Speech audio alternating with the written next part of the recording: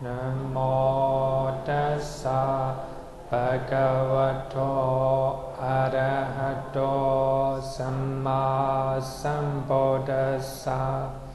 Namo tassa bhagavato arahato samma sambuddhassa. Namo tassa bhagavato arahato samma sambuddhassa. Good afternoon, everyone.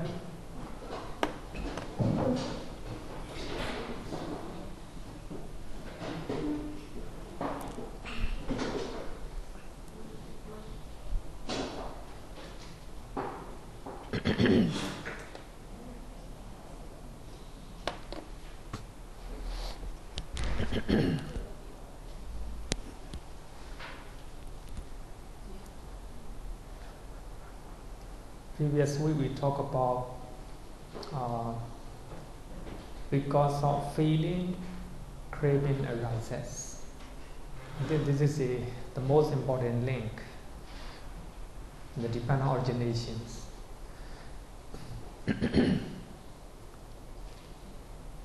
Actually, we supposed to learn previous week, but we couldn't finish. Underlying tendency. So actually, it's anusaya. For those who want to learn about this link, depending on feeling, craving arises. So you can read Samdha Nikaya, Vedana chapter 36. So actually, it's very good to read chapter 36. After you learn Four Noble Truths, dependent originations, then you can read Samdha Nikaya. Samdha Nikaya is very high for the people who are advancing spiritual knowledge. Then I hope you'll be able to understand the essence of Samdha Nikaya. So one of the scholars said that Digha Nikaya is meant for the outsider, non-Buddhist. Majjhima Nikaya for Buddhist. So for that reason, I only recommend to read Majjhima Nikaya as a Buddhist, if you are a Buddhist. Easy to read, and also variety of teachings. Although you will feel that you are meeting with the Buddha personally. Majjhima Nikaya. Anguttara Nikaya for lay people. Simple, very simple teachings, lay people. Generally. But Samdha Nikaya for monks and nuns. And also for those, for lay devotees who are high in spiritual knowledge.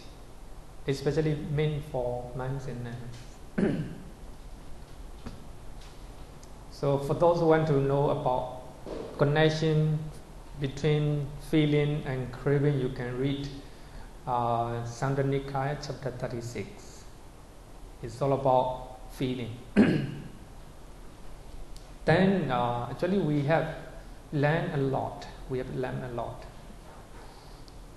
When a bhikkhu has abandoned the underlying tendency to lust in regard to pleasant feeling. Normally when we experience pleasant feeling, the underlying tendency to lust is potential to arise when we see pleasant feeling. But here also, please note that feeling is not an emotional aspect, it's just a sensation. When you have a pleasant feeling in your body, when you see a pleasant thing in your eye, when you hear a pleasant sound, lust or greed likely to arise. But if you are mindful, sati, if you clearly comprehend what you experience, paccaya or sampajana, lust or greed will not arise. No chance for lust or greed.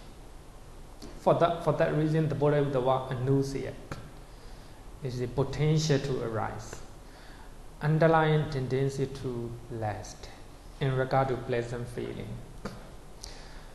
underlying tendency to aversion or hatred or anger in regard to painful feeling, unpleasant experience.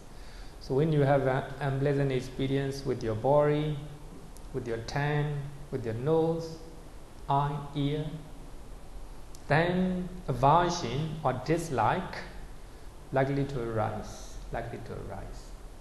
When somebody criticizes you, you don't like it. Hatred, simultaneously arise. Because it's used to it, we are used to it. We're used to it. So, if we experience painful feeling, if we do not have a sati and sampajana, aversion, hatred or anger likely to arise. For that reason, it's called underlying tendency.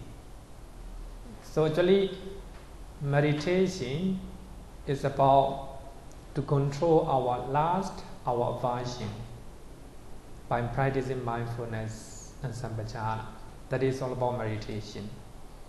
When you see something, if aversion arises at once, that means your willpower is not strong yet. So somebody talk unpleasant things, then you have a painful feeling. Then aversion normally arise. So that means your willpower is not strong yet. The next one is when the underlying tendency to ignorance in regard to neither painful nor pleasant feeling. Actually, painful feeling, pleasant feeling, these are very strong, very easy to recognize, pleasant or unpleasant. But neutral feeling is not quite obvious. It's not quite clear to you unless you have mindfulness and clear comprehension. So that for that reason, in neutral feeling, which is not very clear, not obvious, a very subtle experience. So in those occasions, if you are not mindful and if you do not clearly comprehend, that means ignorance, delusion will arise. So that is for that reason the Buddha talk about three types of anusaya: potential to arise, and ignorance if it is a neutral feeling. Then lust or greed if it is a pleasant feeling, or aversion or hatred if it is painful or unpleasant feeling. Right? Feeling here is not a emotion aspect, just experience, a sensation. When you go out, hot sun, is a painful experience, unpleasant experience. When you eat a bad food, unpleasant. That is the experience, Based on that experience, you have mental activities, sankhara, mental activities, in sankhara. Your mind start to function, whether good or bad state of mind. Actually, the Buddha is the one who tells us to train our mind and to know our mind through mindfulness meditation. If there is no underlying tendency, then he is called a bhikkhu without underlying tendencies, one who sees rightly. He has cut off craving, sever the factors, and by completely breaking through conceit, even a conceit, he has made an end to suffering. There will be no suffering. But of course there will be physical suffering.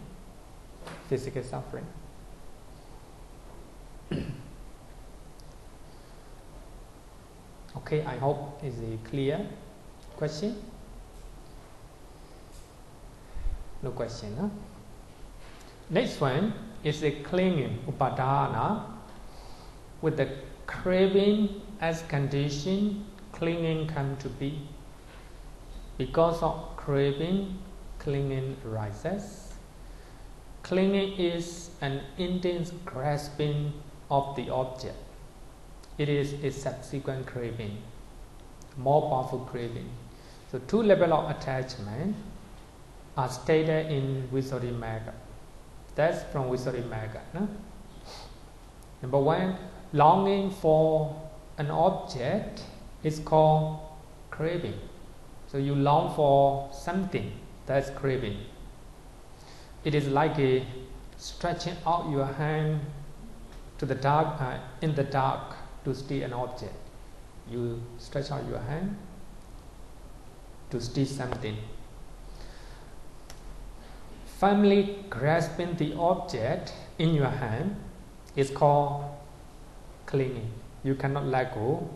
You grasp and you cling to that. So that is more powerful. Firmly grasping the object in hand is called clinging. But in Dhammacakkappavattana Sutta, see, the original suffering is only craving, right? But the Buddha talk about only use the word taṇhā or craving. But here, in the 12-fold formula, so the Buddha trying to expand, trying to make it more explanation. So we divided craving into two: normal craving and intense craving. Maybe more powerful one. This one is more powerful one. Sometimes you may have a craving, but if that craving is very big, it will be clinging or grasping. Normally, the Buddha talk about 4 types of clinging. Number 1, clinging to sensual pleasures. So if you have a sensual pleasures, you cling to that, you grab them. So that means intense, so intense that you cannot let go. You trying to grab it, cling to that. Then things are subject to impermanence. If you encounter with the impermanence, then you cannot let go. Then suffering will come. Clinging to sensual pleasures. So the first one, clinging to sensual pleasure, is greed according to Abhidhamma. The rest are wrong view. Number 2, clinging to wrong views. We have a different type of wrong views. You cling to that. So that is a clinging to wrong view. Number 3, clinging to rites and rituals. We have a lot of rites and rituals in Buddhism, in other religions. Actually, one of the definitions about sila paramasa is very clear. If everything outside of Noble Eightfold Path is rites and rituals, sila paramasa. If you are not on the Noble Eightfold Path, you are following rites and rituals. Very clear, eh? So first of all, you need to know what is the Noble Eightfold Path. Other than Noble Eightfold Path, if you are doing other things, you go to astrologer and ask for astrology for your future. Eh? That is rites and rituals. Outside of Noble Eightfold Path, I always say, even in our temple, we blessed, right? If you do not have a proper understanding, that will be rites and rituals. Outside of Noble Eightfold Path. Quite clear. We have a lot, Some people choose the day, to do business, or some people choose a direction, That's the outside of Noble Eightfold Path. There are a lot, Some people keep some twine in their shop. What is it? Mascot. Huh? Huh? Mascot. Yeah. Because they think that by keeping such a twine, like this, money will come, right? A good business, many customers will come, That's also rites and rituals. So that means if you have a right understanding and right intention, then based on that, you have a right speech, right action, right livelihood. Then your business will grow, right? Just do based on the Noble Eightfold Path. Everything will be all right, whether it's mundane or super mundane. As long as you are on the Noble Eightfold Path, everything will be all right. Everything will be all right. I couldn't find in the Sutta what is the definition of Sila Prabhamasa. Other than Noble Eightfold Path, the rest are rites and rituals. But as I always say that only you become Sotapanna, you will be able to remove clinging to those rites and rituals. As a normal person, including me, we have a attachment or clinging, right? Clinging to them. We like it, We like it.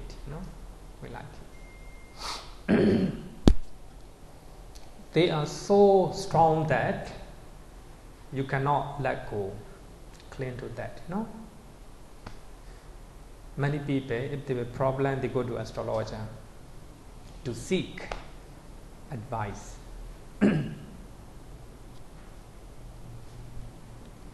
The next one, clinging to a doctrinal self. But this one is very satisfying. Believing in permanent entity. Actually, in the West, without self or without soul, actually, they cannot live without soul. If you say something, there is no soul, they can't believe, Very difficult to believe. Because their idea and their belief in soul is so strong that they cannot let go. Very difficult. Very difficult. And then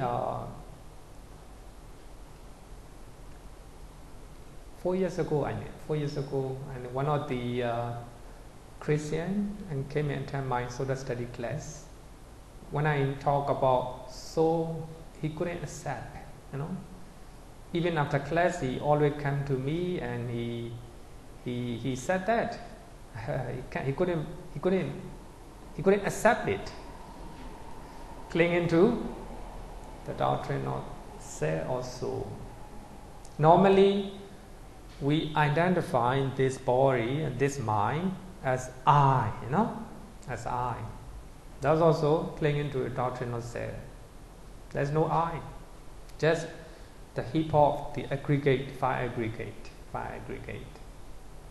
And everything, just five aggregate.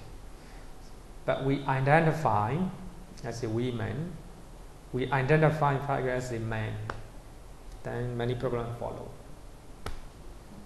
That's clinging to a doctrine of self is the most difficult to remove, For that reason, it is called clinging, cannot let go. So these are 4 types of clinging.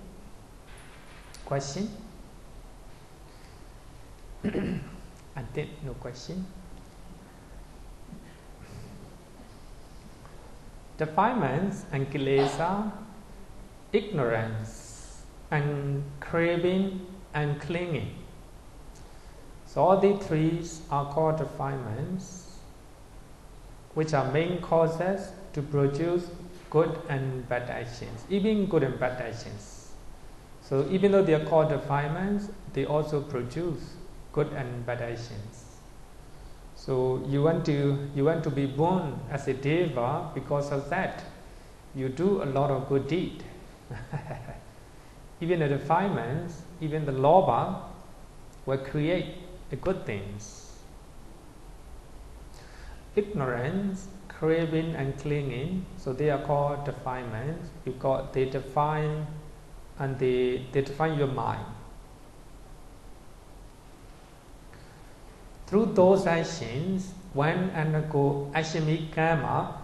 Through those karmas, one undergoes rebirth process in the new life, in the wheel of samsara, in the wheel of life, samsara. Because you have defilements like ignorance, craving and clinging, because of that you do good and bad actions. That's karma. Because of that karma, you have a rebirth process in the new life. So in that way, you're going around samsara again and again. According to Dipana originations, ignorance is shown as the past cause that conditions the present rebirth. So actually, according to Abhidhamma explanation, ignorance is the past cause. Actually, we have learned that past life, present life, and future life. So ignorance is the cause in the past life. Because of that, you do sankhara, you do karma. Karma is the result. Karma is the result.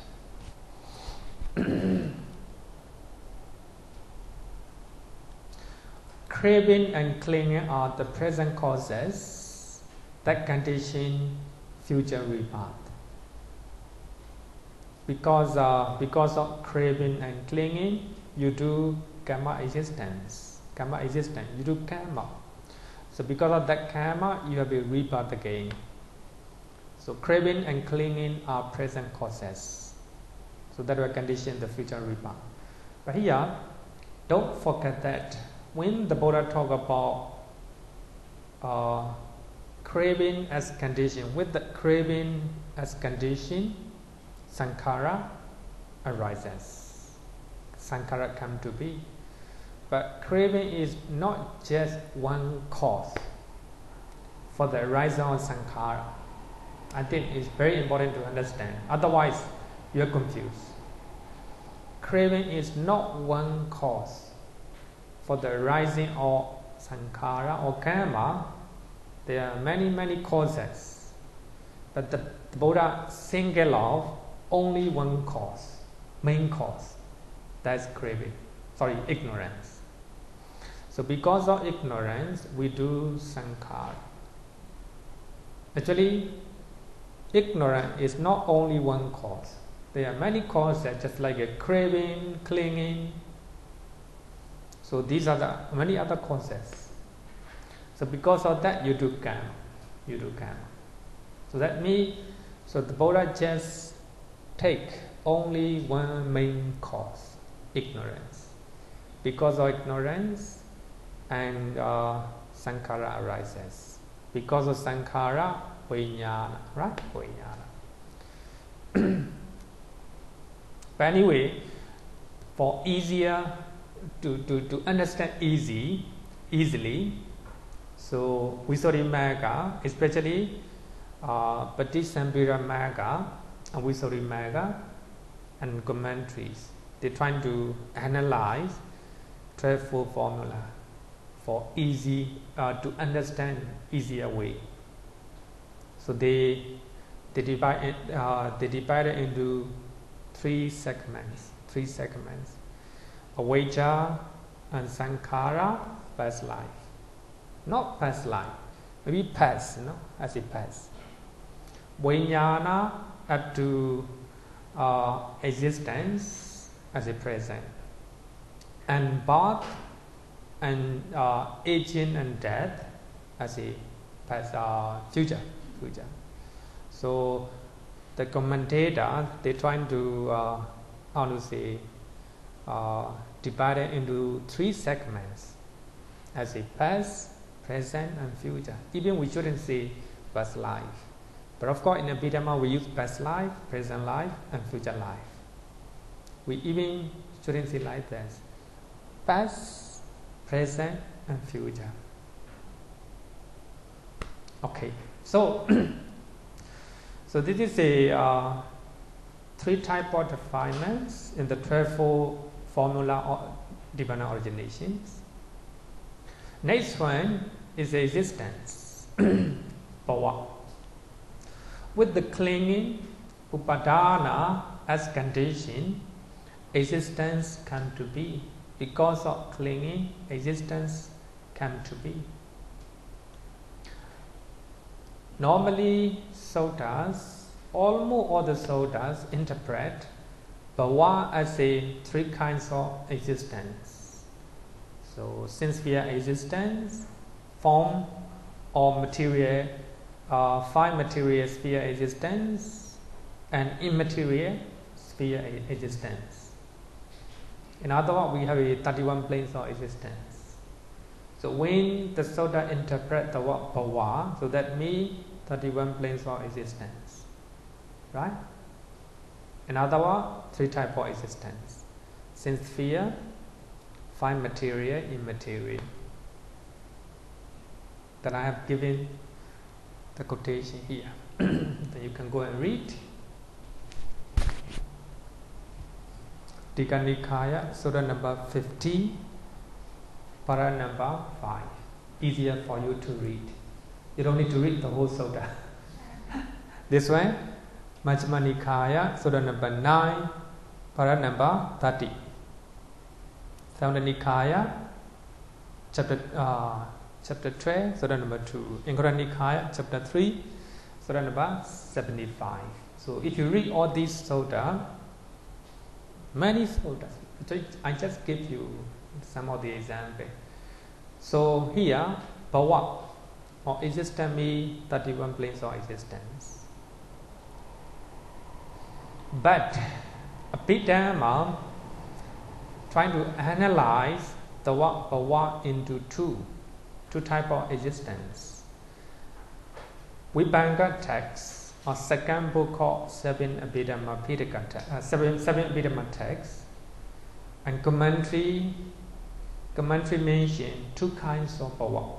Number one, karma existence, karma bhava, and rebirth existence, upapati bhava. According to suttas, existence means number 2, rebirth existence. The places where you will have a rebirth, the realms or existences.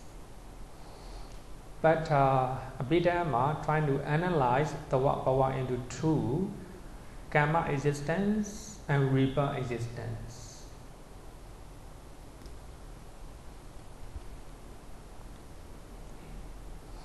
What is karma existence? Because of clinging, upādāna, our actions, here action means karma, our karma, so that karma, we do karma motivated by cetana, volition. Because of volition, we do karma. Our action, because of clinging, our action come into existence, come into being. Karma come into being. That's called karma existence. Clinging is a condition or a driving force to take actions. Because of clinging, you take action by way of speech, body and mind. Taking action is called karma bhava, karma existence. By taking action, karma come into existence. Actually, Usatila, the one who translates second Abhidhamma text, so he translates karma bhava as the action becoming. Very beautiful. Karma becoming or action becoming. Because of craving and clinging, karma, action come into existence. Karma becoming or action becoming. So for that reason, some people translate bhava, the word bhava as a becoming. Because of this one, no? Some people translate just existence, just like a bigger body. And Bhikkhu Ñāṇamoli and Bhikkhu Bodhi, in their Majjhima Nikaya translation, they use becoming. And Visuddhimagga also, they use the word bhava, becoming. Maybe if we translate kamma bhava, action becoming, or kamma becoming. Because of craving and clinging, kamma become. Right?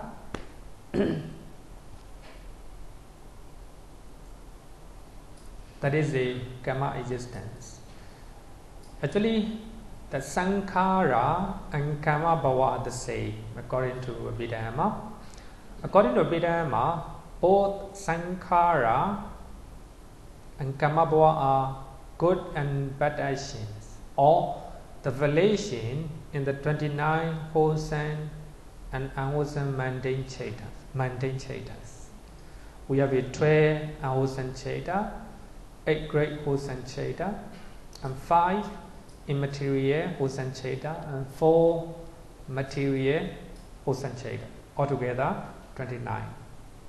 The violation or chetana in 29 wholesome and unwholesome mundane chatas. That is called sankhara or karma bhava.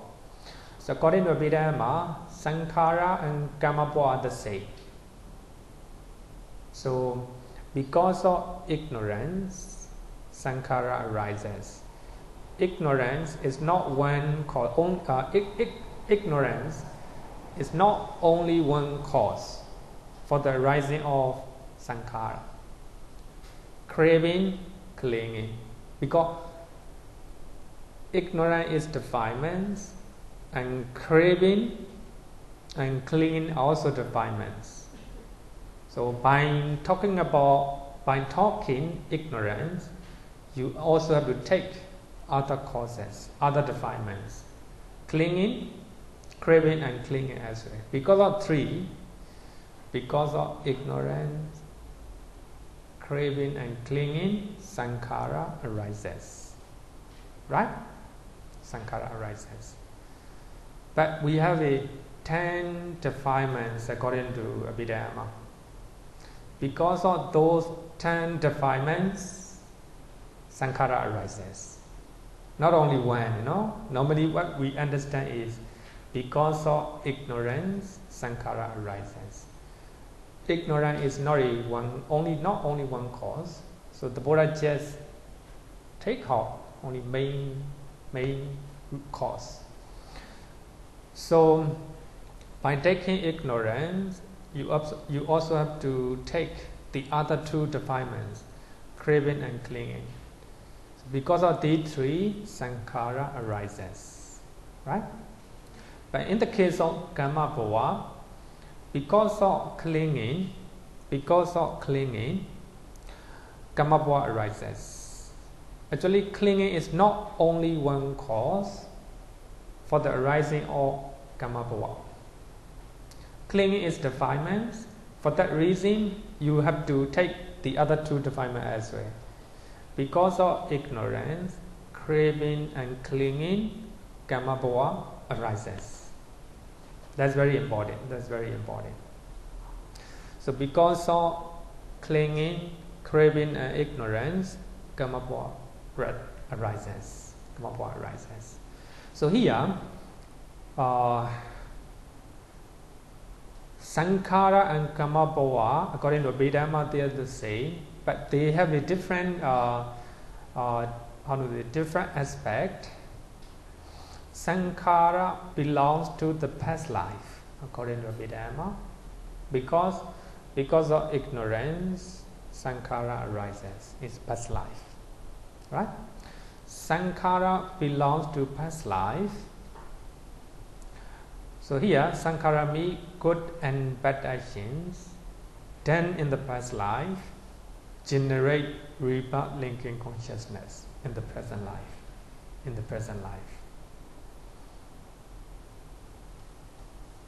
But karma bhava belong to present life. The good and bad actions done in this present life will generate rebirth existence in the future life. So actually, sankhara, karma, bhava, they are the same. They are karma of relation in the 29 wholesome and unwholesome mundane chaittas, but they are different. Sankhara belong to past life, and karma bhava belong to this life. That's different. Okay? Question? Okay.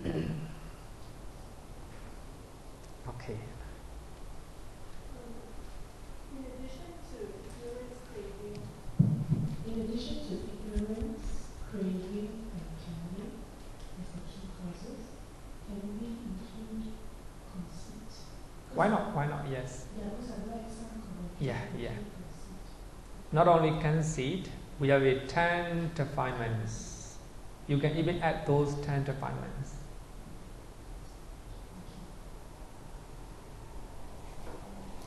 For that reason, we have many type of dependent originations. So in one discourse, the Buddha will talk different way, another different way, depend on individual disposition or understanding, the level of understanding. Okay.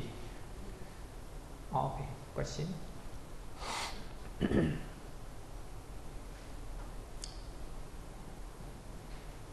I need some clarification to sensation feeling that leads to aversion.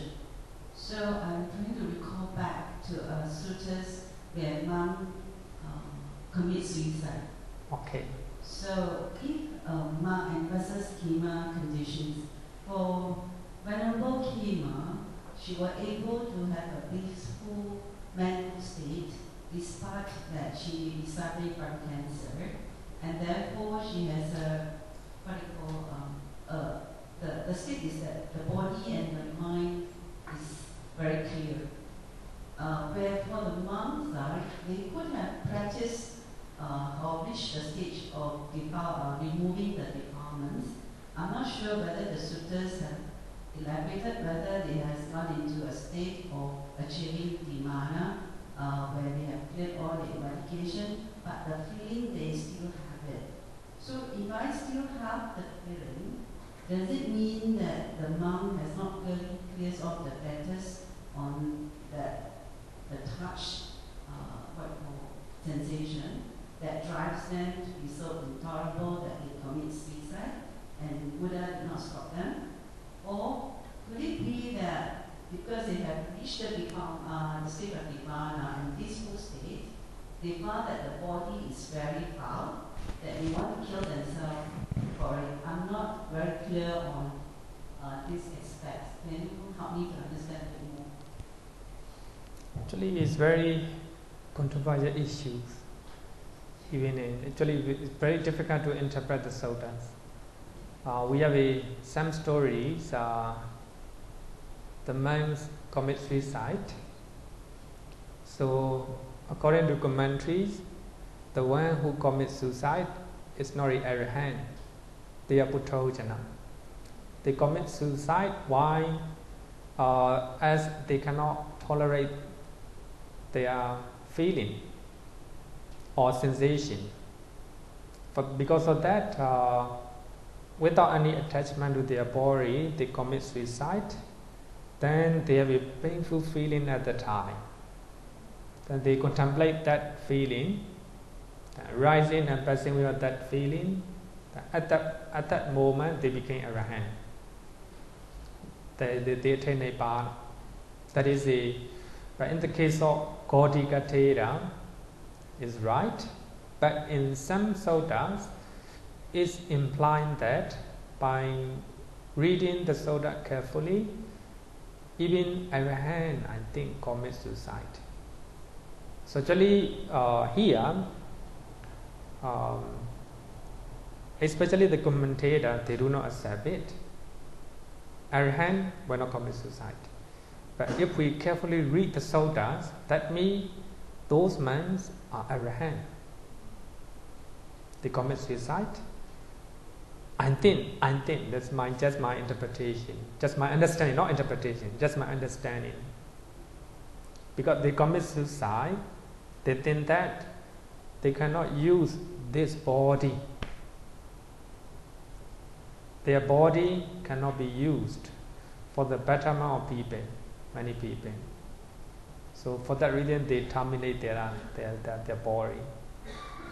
So this means that for aversion, there are arising painful feelings, that is the aversion. If you have reached the states of wisdom and arrived, then you should have a peaceful mind and you will not have a painful feeling on the mental state. I mean, here also I think I very often explain that Vedana in Pali, Vedana means to know. When you go outside under the hot sun, you know that it's very hot, and the Buddha also know hot. That is a Vedana. Vedana. When you are staying in this room, you will experience cold, coolness of the aircon. When the Buddha and Arahant came in, they also experience. Some people, they don't like a very cold conditions here. Then they feel very angry. Why? The aircon is too cold.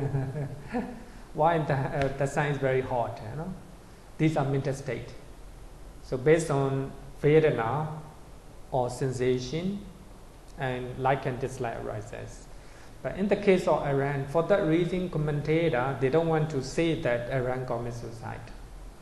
But actually, what they say is very logical, because in the Theravada, there are some verses. Arahant talk about their point of view regarding with the life and death. So actually, Nabi Nandami Marana, they do not long for death. Very clear, very clear. Nabi Nandami, they do not long for death. Nabi Nandami Jivetan, they do not long for life. Normally, we don't want to die. No? We don't want to die. We are afraid to die. That's craving. That's craving. We want to live. That's also craving. That's also craving. Normally, we long for life. As the Arahant also does not long for life. They don't want to die. They don't want to live. It's weird, right? How they live? Kalancha patikankami, kalancha patikankami. They want only time. Kala. Time. Time is present moment. This time. They want only this time. How they live? Sambhajano pataisato. Sambhajana, clear comprehension. In this moment, when they are talking, they expect the time. This moment, only this moment. When they are doing something, only this moment. Clearly comprehending. They know what they are doing very clearly, number one. Pataisato, sato, sati, mindfulness. Fully mindful. Fully mindful. Only two qualities. They don't want to die. They do not long for death. They do not long for life. They don't want to die. They don't want to live. And they want only time. Only this time. Only present moment. They don't want past and future. Right? Only this moment. With the sati and sampajana. That is, when we look at Theravada, there are many verses, the same theory. Don't want to die, don't want to live. They just live in the present moment. They went or expect only time, no? Time. Even Thirakara do not use the present moment, just time. They expect the time. So I think by looking at all these one, so even Arahant, I think will not commit suicide. But one thing what we can understand is, if their body is no use, they might terminate their body without any aversion. That is one conclusion that we can, that I can, I think, there's just mind thinking. I'm thinking very hard, it's very controversial issue. So one of the Western scholar, his name is Damian, I think. He writes about, he make a thesis about suicide issues in Buddhism, and you can Google it. So you can find it more information.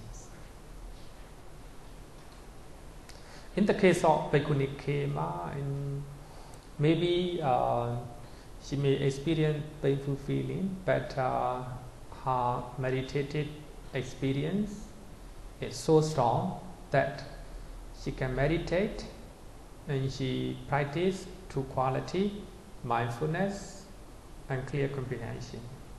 She's just aware of what is happening. Then everything, there's even no time, even in those times, it's fully aware of what is happening. Time and space disappear. Time and space disappear. Just bliss. Just bliss. It's very hard. It's a controversial issues. Okay. Question? Okay.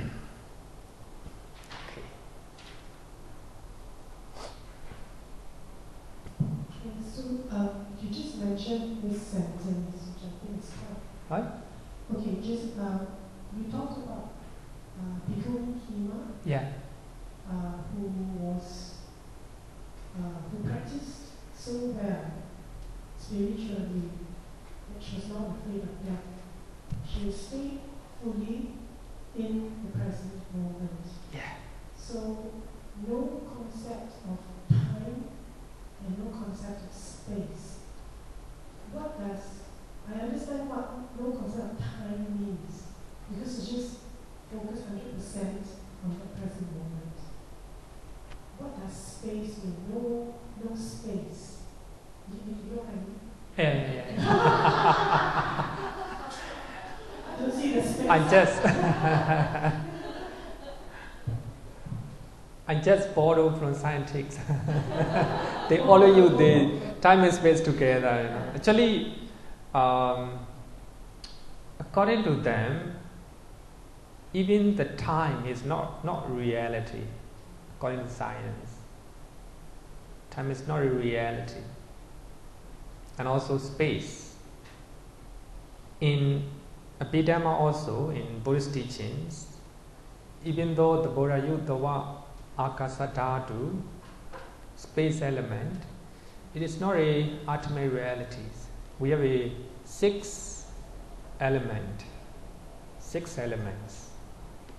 Patavi dhatu, the earth element, the water element, air element, fire element, and consciousness element. Only these five are ultimate realities. Akasa dhatu, space element, is not a ultimate reality, just a concept. Because we create space in our mind. Even among the six elements, time is not mentioned. So here, the moment Bhikkhuni Khema contemplate what is happening at that moment, that means only ultimate reality she found. So time and space, all these are just concepts according to Abhidhamma, not ultimate realities. They do not exist in reality. We create with our mind. Your name is not a reality. You create it. That is a paññatti, not reality, not exist. And I, my mind created. The term I. It's very difficult. Clinging to doctrinal self, doctrinal I. Time and space. What I mean is they are not ultimate reality. Actually, I do not, scientists, they always say that there's no space, time and space. There's no time in there, especially when they talk about Big Bang theory, Big Bang theory. Everything explodes, There's no time. So they always say that if there's no time, how the God can create? Actually, I can't absorb what they are talking, but they always say there's no time before the Big Bang, Before the Big Bang, no time. If there's no time, how the God have time to create? That's what they say. Actually, I can't absorb, I can't appreciate what they are talking. They always say there's no time and space before the Big Bang. Am I correct? Very difficult, very difficult. Just borrow from them. So what I want to say is time and space, they are not ultimate realities. Okay. This is from the Sutta, a very beautiful Sutta from Anguttara Nikaya. Consciousness in a new existence. Actually, two Bhava Sutta. In Pali, Bhava Sutta. We normally translate Bhava as existence. So in that Sutta, we can understand that Bhava means existence. Three types of existence. Bhante, actually Venerable Änanda asked the Buddha, Bhante, it is said, existence. In what way, Bhante, is there existence? And the Buddha said that if Änanda, there were no karma, no sankhara, ripening in the sensory realm or sense sphere realm, would sense sphere existence be distinct? No. If there's no karma that will result in the sensory realm, there will be no sense sphere existence. No Bhante, Venerable said that. Thus, Änanda, for beings hindered by ignorance, fettered by craving. For that reason, in dependent originations, in triple formula, ignorance and craving are considered as two main roots, mula, two main roots. Ignorance and craving. For beings hindered by ignorance and fettered by craving, karma is the feed. Karma is the feed or the ground. Consciousness is the seed. There must be karma for the plantation of the seed, right? Plantation of the seed. If there's no karma, there's no ground. There's no feed to plant the seed. Craving the moisture. If there's no craving, if there's no clinging, there's no moisture. There's no way for the plantation of the seed or growing of the seed. For the consciousness to be established in inferior realm. Here, inferior realm is sense sphere realm, sense sphere existence. So if you look at this one, it's quite clear. Karma or sankhara is just like a feed or ground. If there's no karma, because of ignorance, we do karma, sankhara. If you do not have ignorance, there will be no karma or no sankhara. If there's no karma, that consciousness, the seed, that consciousness will not have the ground to grow or to plant. If there's no ground, if there's no feed, then consciousness cannot grow. It will die now. So that is that consciousness of Arahant and the Buddha. For the non-returner, once returner and sotapanna, they still create karma. Because they have a ground of the feet, their death consciousness will establish in the ground. So that means they will have a new existence. This one is very beautiful, a very famous discourse of the Buddha. And craving is the moisture in the new life. For the consciousness to be established in the inferior realm or sense-sphere existence. So in this way, there is the protection of renewed existence in future. So that here, the inferior realm is sense-sphere realm. The middling realm is fine material realm. The superior realm is the immaterial realm.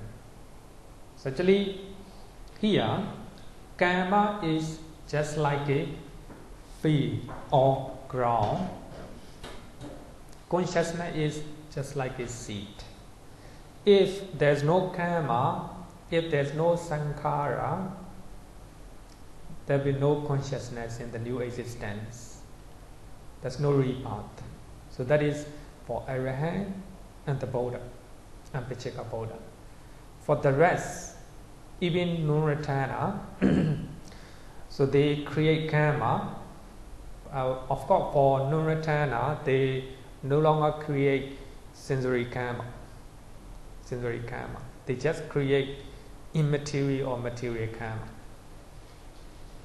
So as they have a karma or sankhara, the ground or the feet, that consciousness in this life will have the ground, or the consciousness will establish or will arise and will plant or will grow in the new ground.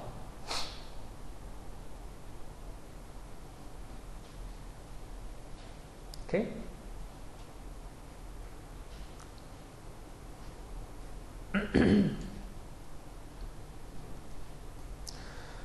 Rebirth existence. Here we have talked karma existence, right?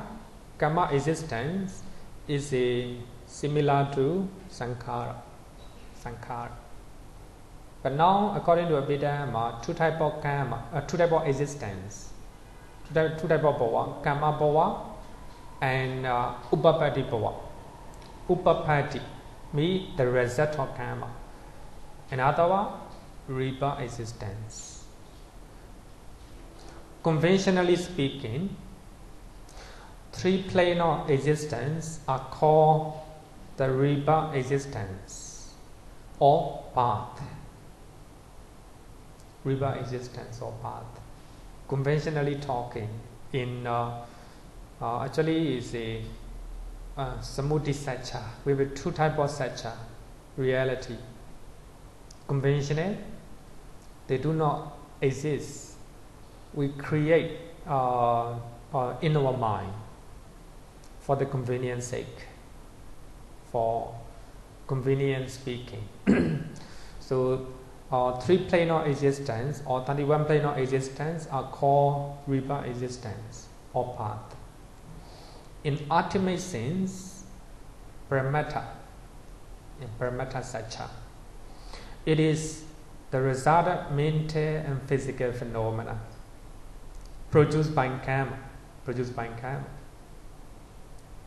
So, as you do good deed in previous life, and you have rebirth in consciousness in this life, and also the physical phenomena or material phenomena caused by karma in previous life.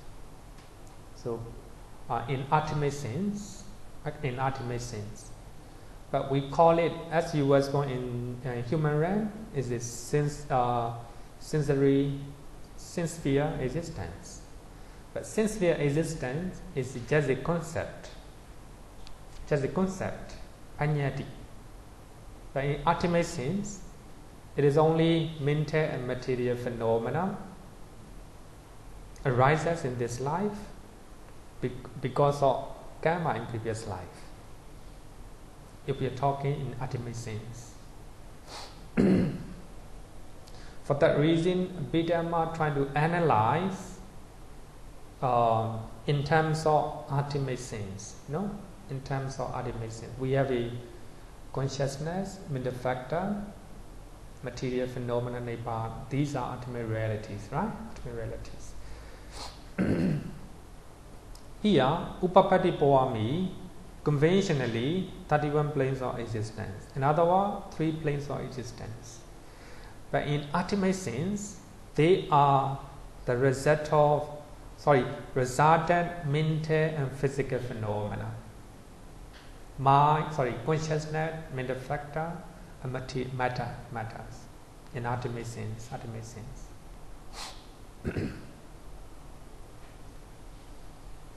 According to Abhidhamma, rebirth existence is 32 mundane resultant chatas, and they are associated mental factors and material phenomena born of karma.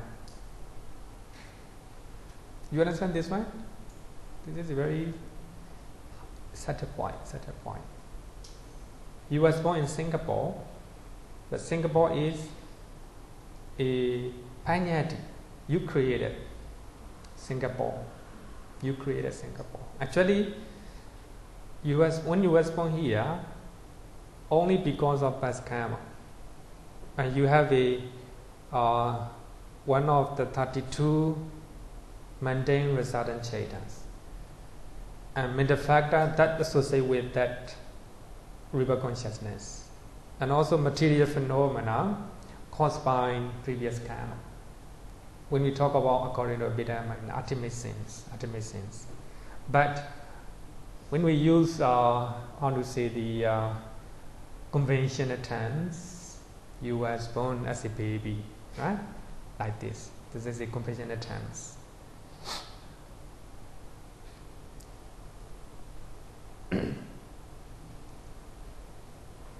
Jāti, birth. With the existence as condition, birth come to be.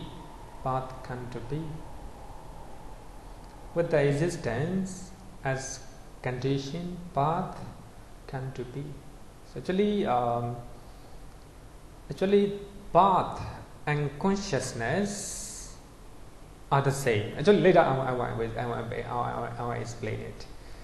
With the existence as a condition, birth come to be. As you come to Singapore is sense sphere existence, right? As you have sense sphere existence, you have a birth here or rebirth here. If there's no place, no rebirth, right? If there's no place, very thin, For that reason, Abhidhamma trying to analyze, the world existence into 2: karma existence and rebirth existence. But according to the Suttas, it's quite clear that bhava or existence means 31 planes of existence, or 3 kinds of existence.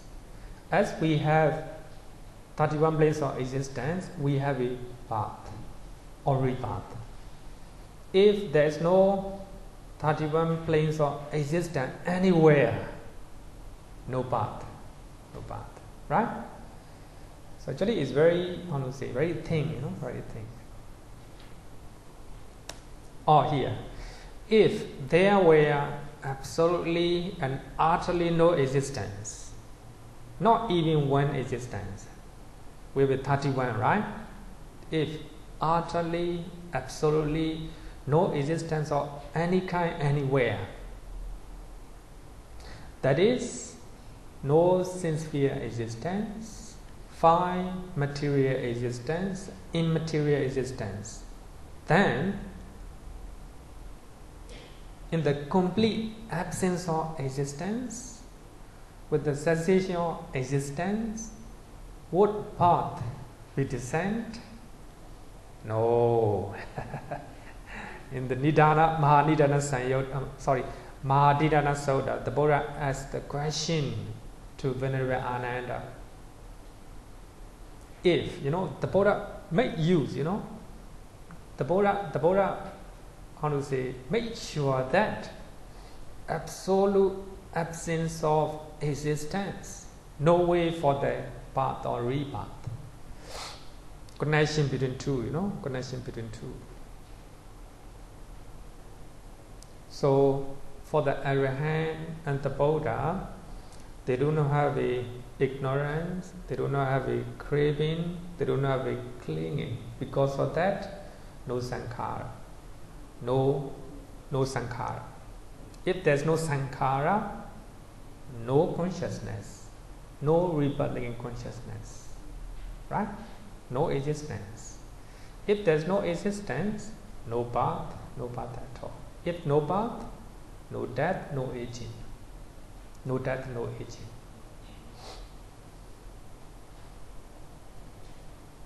So what I want to say is here, existence means 31 planes of existence or 3 types of existence.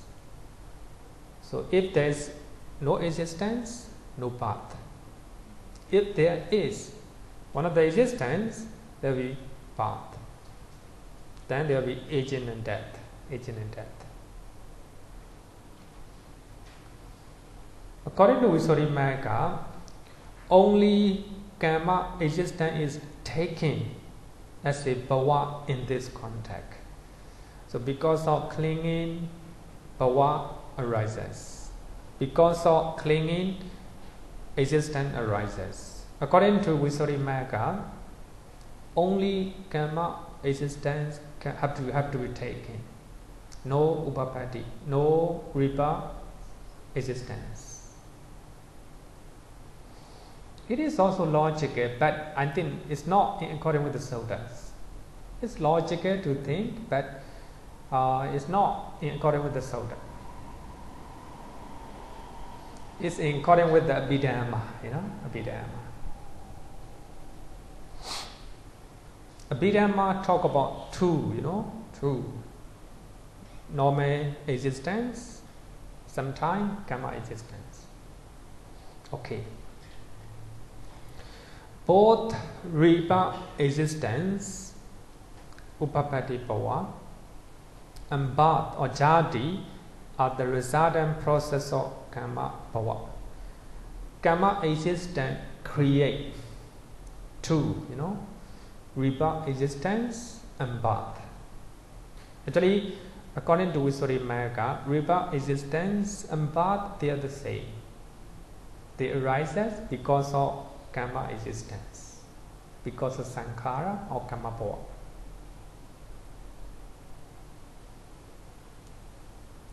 Question? No? Birth here means not the actual child birth from the mother's womb, but the appearance of the mind and matter in the mother's womb. As soon as a being conceived in the mother's womb, that's called birth, not coming out from the mother's womb. But if you look at this sutta, it's quite clear. And what bhikkhu is birth, jāti, the path of the various beings into the various order of beings. You were born among the people in Singapore. that is. And they are being born. You were born as a Singaporean. Descend into the womb. So you descend into the mother's womb. Protection. You produce as a baby here. and the manifestation of the aggregate. Actually, this is a Abhidhamma terms or ultimate realities. So, the manifestation of the aggregates, you are manifested as a aggregate, fire aggregate in the mother's womb, and the obtaining of the sense basis, then you obtain your eye, ear, nose, etc. in the mother's womb. So actually these two terms, the manifestation of aggregate, the obtaining of the six sense bases, are ultimate reality teaching. Paramata Desana, and the rest are conventional one, conventional terms. Conventional terms. You understand? Only five aggregate descend into the mother's womb. Not a baby, not a baby. A being, that is a concept we created with our mind. It is only the five aggregate and 16 species. Other than these two terms, the rest are conventional one. Samuti, Vada Desana. Vada Desana. Any question up to here? Okay, no question. Then let's go. Aging and death, the last one. Jarā-maraṇa.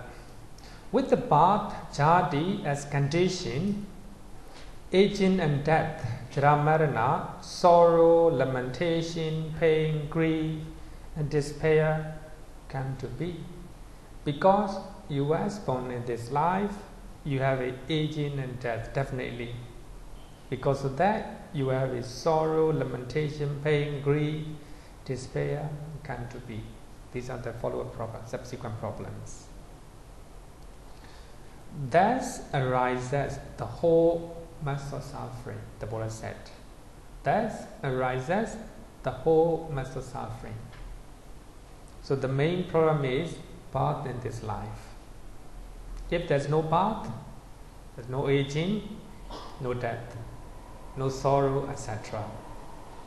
So the main cause are when even he became the Buddha, Bodhisattva, he think that the main problem of aging and death is a birth in this life. That is the main cause, main cause. As we have a birth or rebirth in this life, sorrow, lamentation, etc. There, the whole mass of suffering the Buddha used. But of course, as a human being, as we have a lot of craving, we couldn't accept it. We don't believe the whole mass of suffering.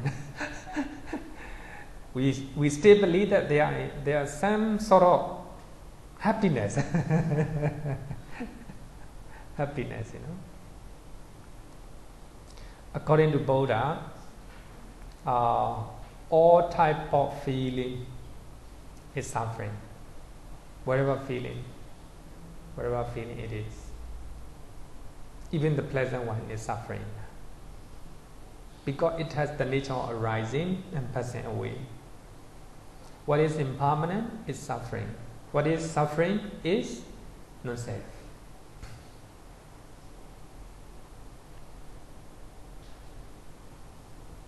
Okay. Birth is inevitably followed by aging and death. Sorrow, lamentation, pain, grief, despair naturally come with them.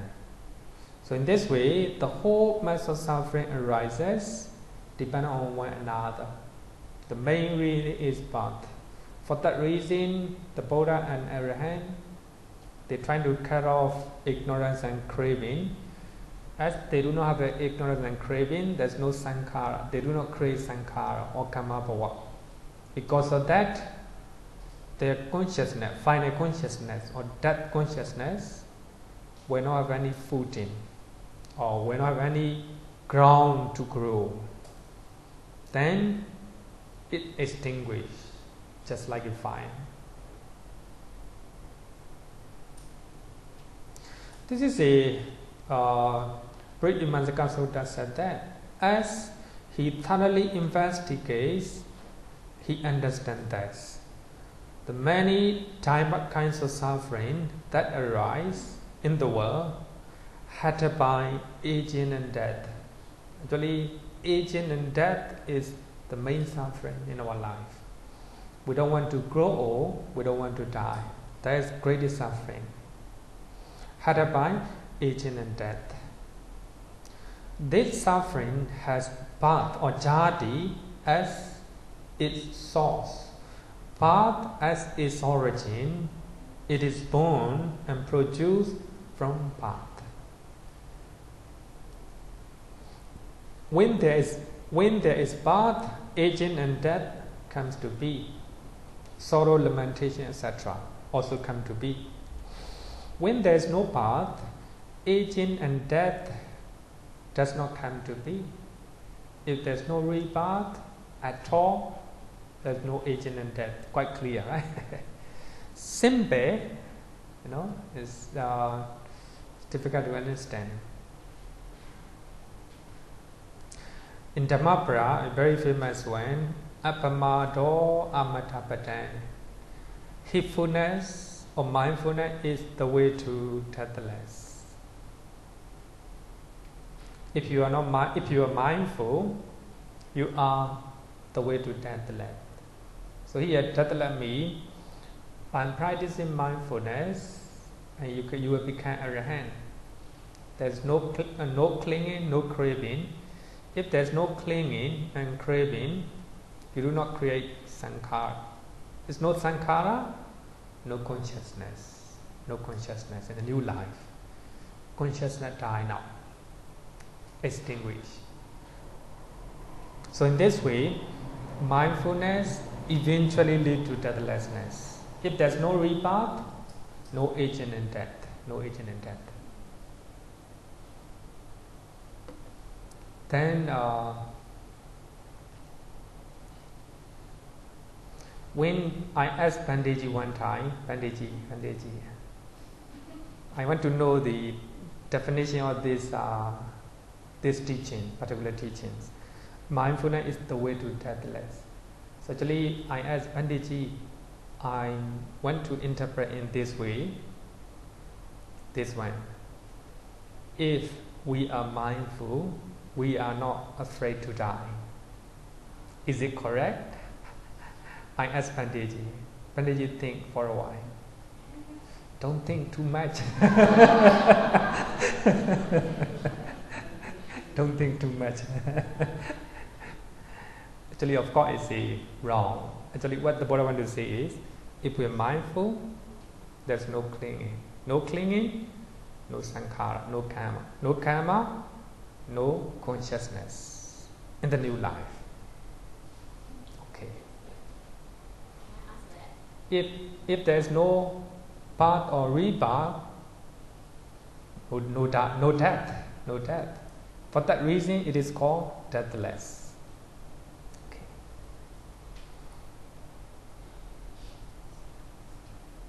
What about, I don't know whether this is correct, when we are dying, the last hot moments, right? Sometimes you die, I don't know whether it's the right thing, your consciousness is not there yet.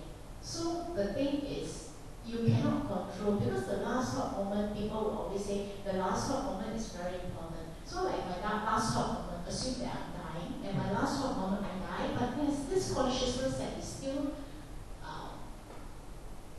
around, that the thoughts will arise, whether it's wholesome or unwholesome is not within your own control. Is that right? Because I heard of this talk, which is by another Bhante, that consciousness, during the last thought moment, you die, but there is this consciousness that is followed. Maybe I don't know how long, but whether it's wholesome or unwholesome, it's not within your control. That's my one question. My second question is pertaining to rights and rituals. Buddha does not encourage the creation of any statue, but I understand that because of lay devotees, we got to see something to have a kind of concentration. So assuming that if there's a temple that actually wanted a Buddha statue, is it wholesome to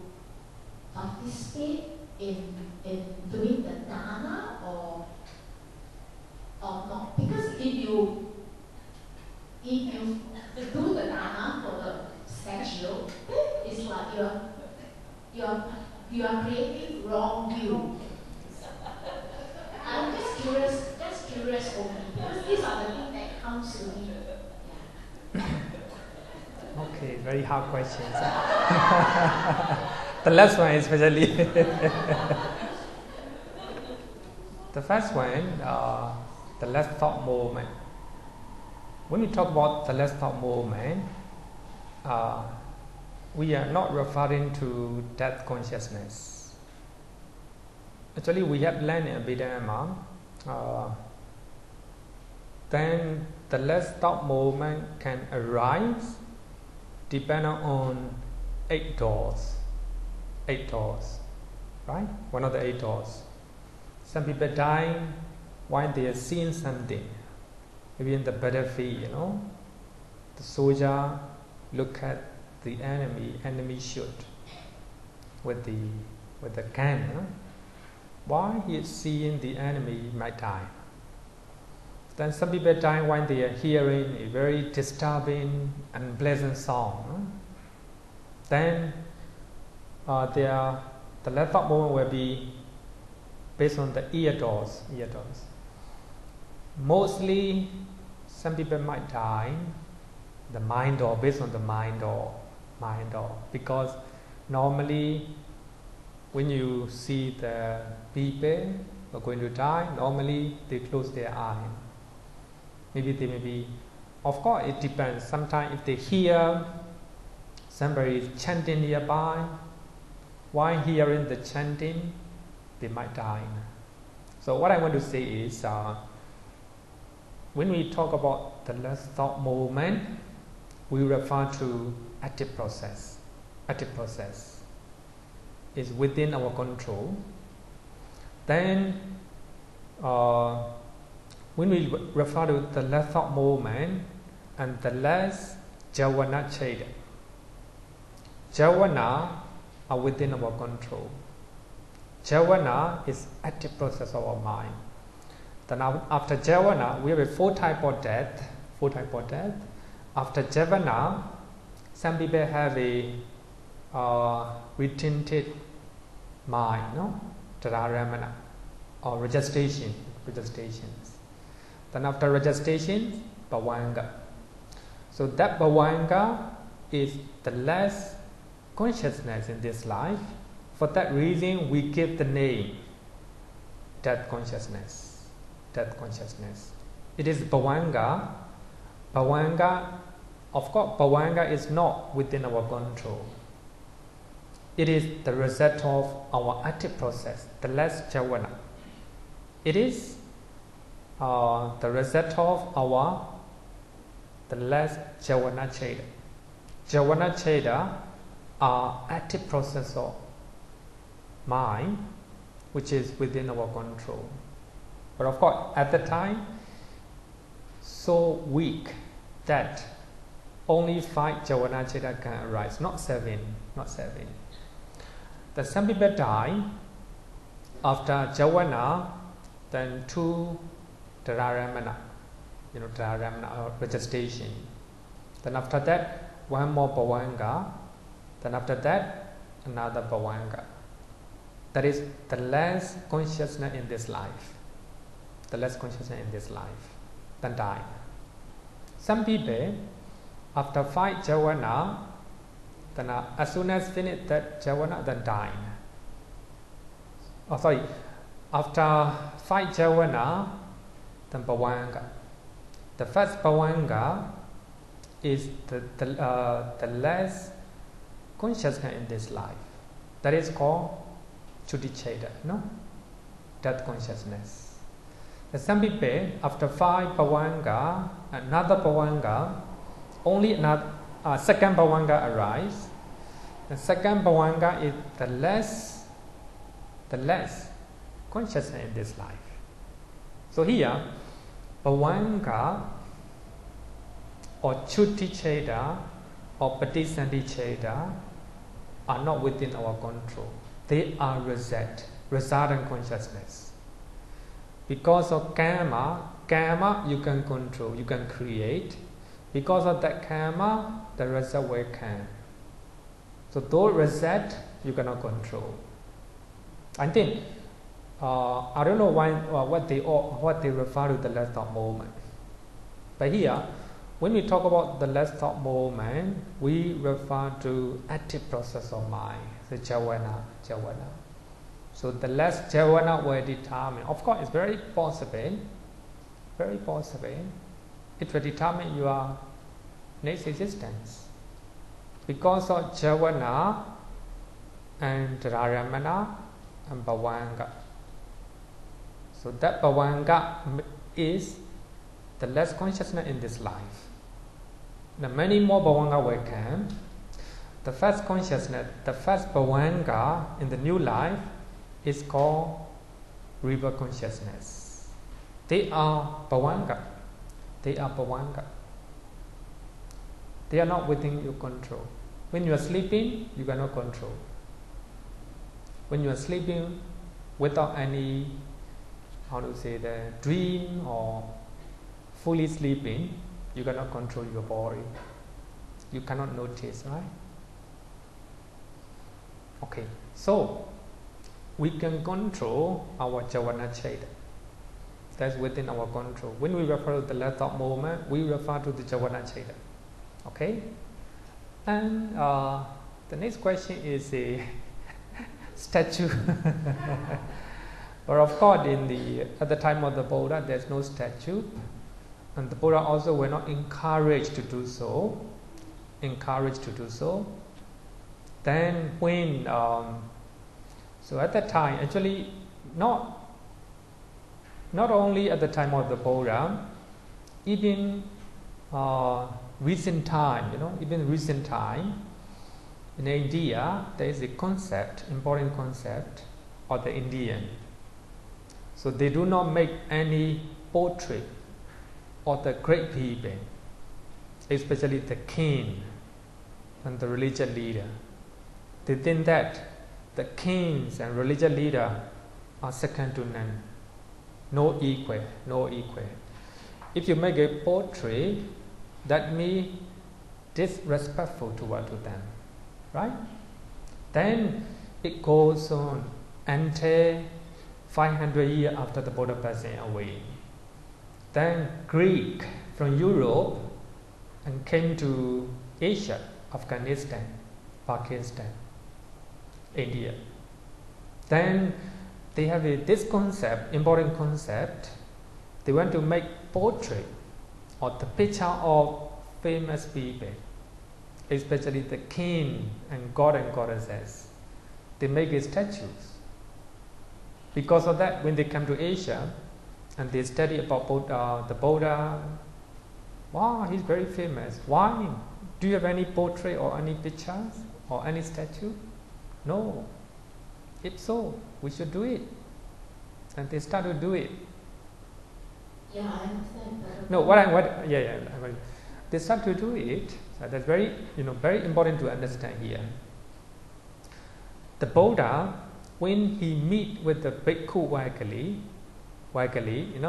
he said, why you want to see this foul body?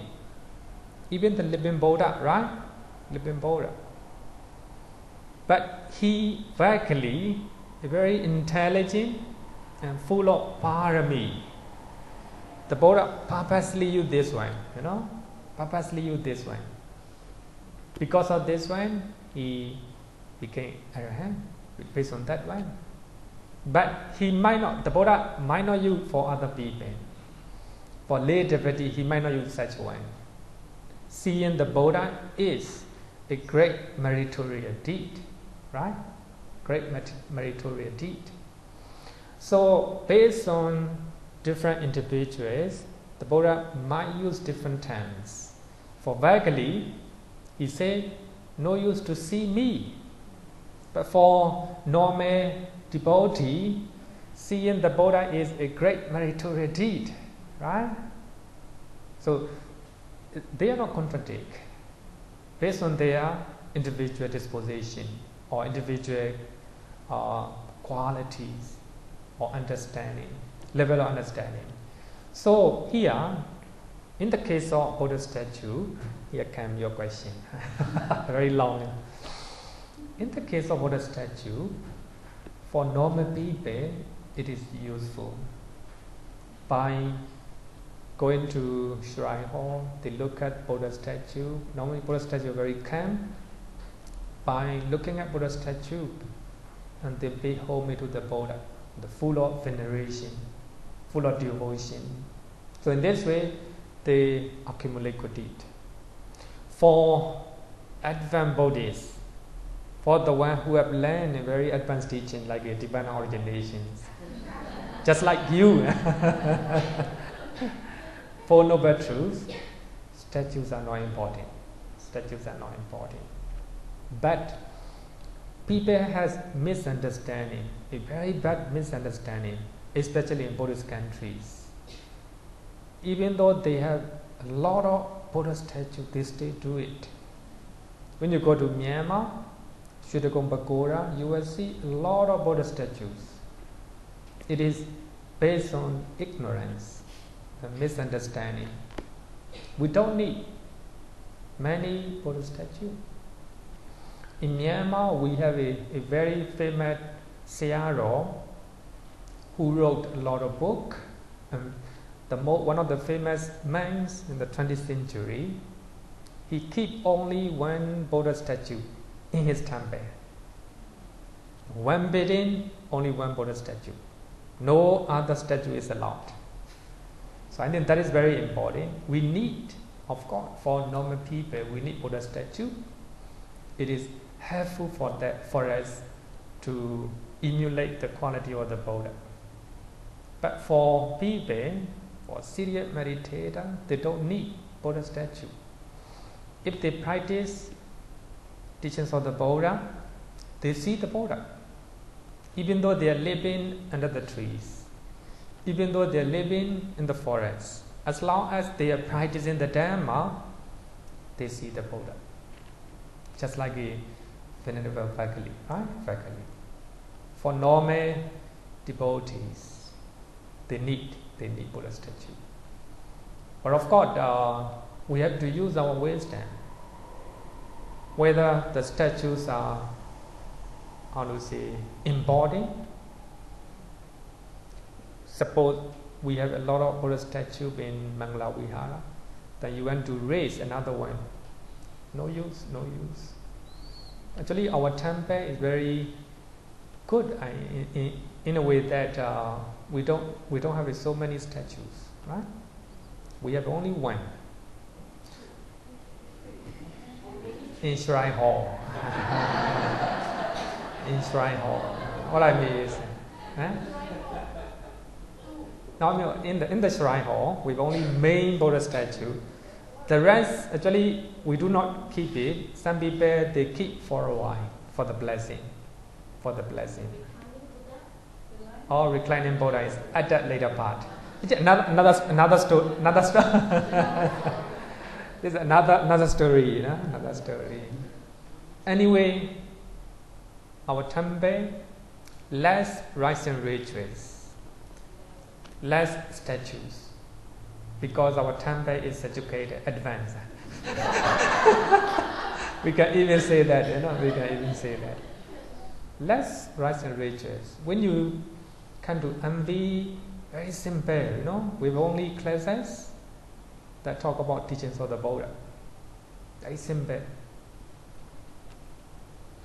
Of course, blessing, by performing blessings, the temple accumulate a lot of money, a lot of donation. But we don't do it. Very lucky, Very simple. When you read the suttas, actually, the life of the Buddha is very simple. No rites and rituals. One time, the Buddha was talking to the monks, and the Buddha coughed. Like this.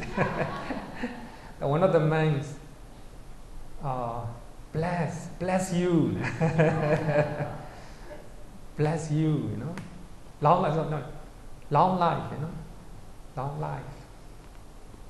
And the Buddha said, no, you don't have to use it. You don't have to say Jivatu Bhante and then I forgot in Vinaya Pitaka, long life. The Buddha do not allow to say long life. No, you don't have to say that. If you say, you break one of the Vinaya rules. Taukata. Taukata means wrongdoing. No, you didn't do that. Very simple, very simple. Of course, the statutes are important for the normal people, but having a lot of statutes out of ignorance, we don't need many. Instead of donating statues where there are many statues have been donated, then you can donate some other useful buildings. And also, some people have been, especially for those who are educated, they also have this mindset. Instead of donating the temple, it's better to donate poor people. Right? That's also my, misunderstanding. Instead of donating to the temple, better to donate poor people. There are two, of course, conditions.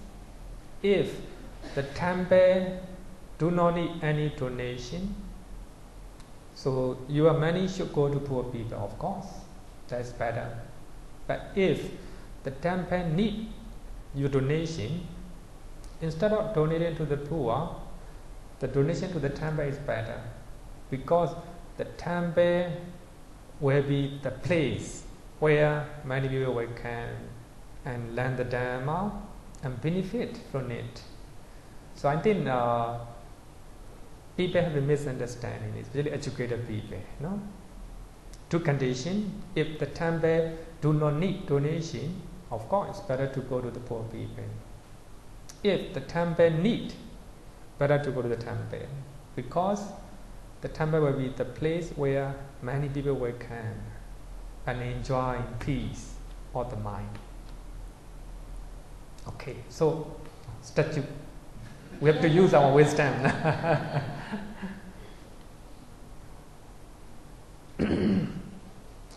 So we not like pavachaka. Because of ignorance, we do sankhara, volition and formation of karma.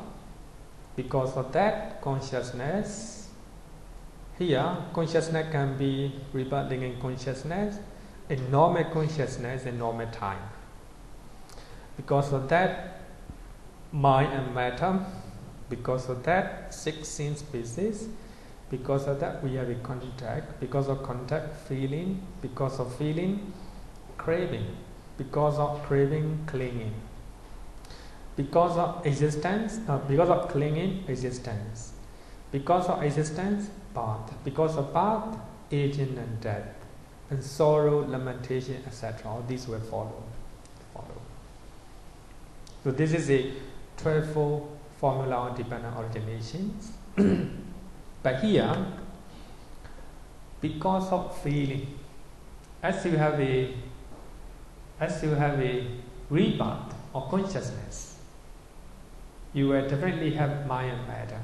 Because of that, 16 species, because of that contact, and feeling will arise. Definitely feeling will arise. But if you practice mindfulness and sampajana, there will be no craving, no clinging. If there's no clinging, there will be no existence. But here, existence means 31 planes of existence, or 3 types of existence. If there's no existence, there's no birth. No birth, no aging and death. No sorrow, lamentation, etc. So the most important thing is, you have to break here. Because of that, Samyutta Nikaya chapter 36 is very important. This is the place where we have to cut our samsara, our problem, our suffering. So, feeling, Vedana, sensation, experience will come. When you see pleasant things, pleasant experience. Unpleasant thing, unpleasant experience. If the object is not clear, then neutral. So those three types of feeling will arise. But if you are mindful, if you clearly understand what is happening at that moment, then craving will not arise. If there's no craving, no existence. No existence, no path, no agent, and no death. So in this way, the end of suffering. The end of samsara. Any question? That is called a rising formula. A rising formula.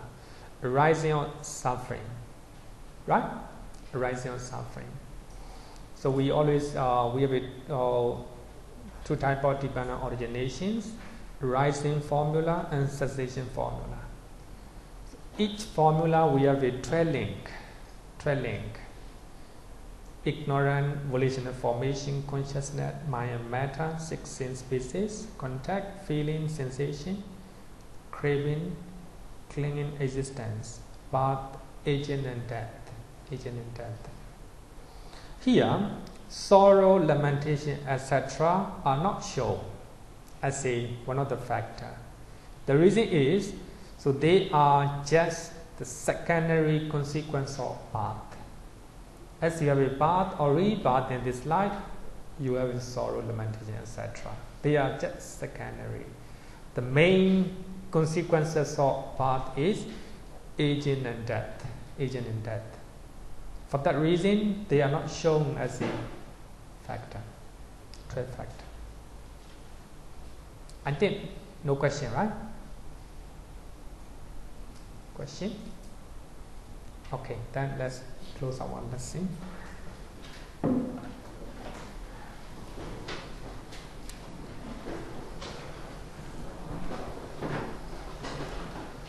Yo varatam bhavaro manu jesu sakya muni bhagava kata kecho paragato bala viriya samadhi dansukatan saranatamu bemi ragavi ragamani jamasokan Dhamma masangata mapatikulan madura mimambagunan suwipatan Dhamma mimam saranatamu bemi yatha jade nama apalamahu chatusu susisu purisayugesu atacha pogala dhammadasate sangamimam saranatamu bemi. Sadhu, sadhu, sadhu. Thank you, everyone.